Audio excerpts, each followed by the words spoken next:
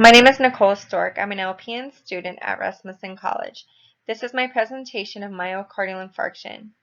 In the next few slides, I will be describing what myocardial infarction is, what happens to the heart, common causes, what body parts are damaged, some signs and symptoms, treatment and prevention, and some long and short-term consequences for somebody that has suffered from myocardial infarction. Myocardial infarction is also known as a heart attack. It occurs when the flow of oxygen-rich blood to a section of a heart muscle becomes blocked. Heart attacks are the leading cause of death in men and women in the United States. There are certain parts of the body that are affected when an individual has had a heart attack, including cells, tissues, and organs. So what happens to the heart? Over time, as we get older, the heart weakens.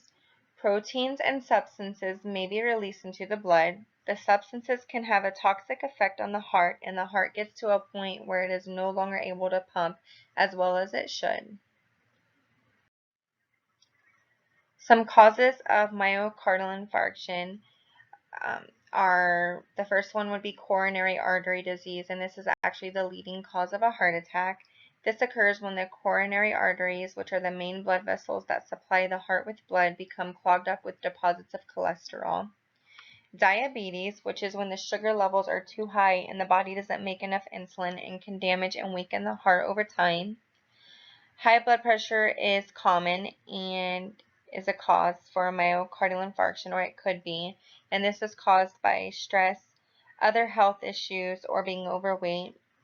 High blood pressure can weaken the heart and cause plaque, especially when it's high over a long period of time and it's not being controlled, and when it stays high, it could weaken the heart and cause plaque buildup.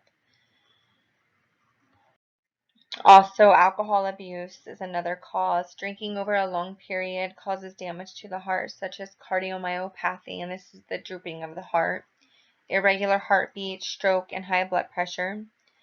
Drug abuse is a cause. Drug abuse can damage the heart and it includes abnormal vital signs, bacterial infections of blood vessels and heart valves, and also cocaine and heroin will affect the central nervous system. And individuals with HIV/AIDS has an increased chance of cardiovascular disease because the disease causes chronic inflammation, which leads to plaque buildup in the arteries.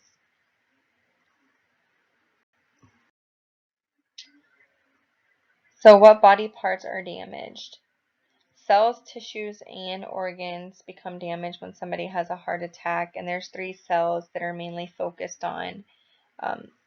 And the first one would be the cardiomyocytes. These are the beating muscle cells that make up the chambers where blood enters the heart and the ventricles where blood is pumped out of the heart.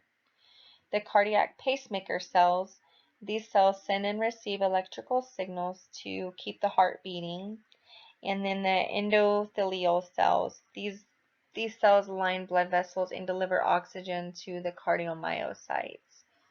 Also, some tissues and organs are damaged, such as the kidneys, because of the reduced blood flow during the heart attack.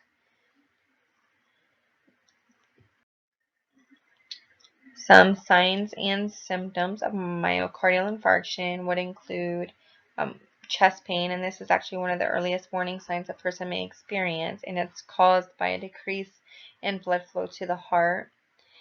Dizziness, cold sweats, fatigue, short of breath, nausea, pressure or tightness, and pain or a squeezing sensation in the chest that spreads to the neck, jaw, or back are also some signs and symptoms.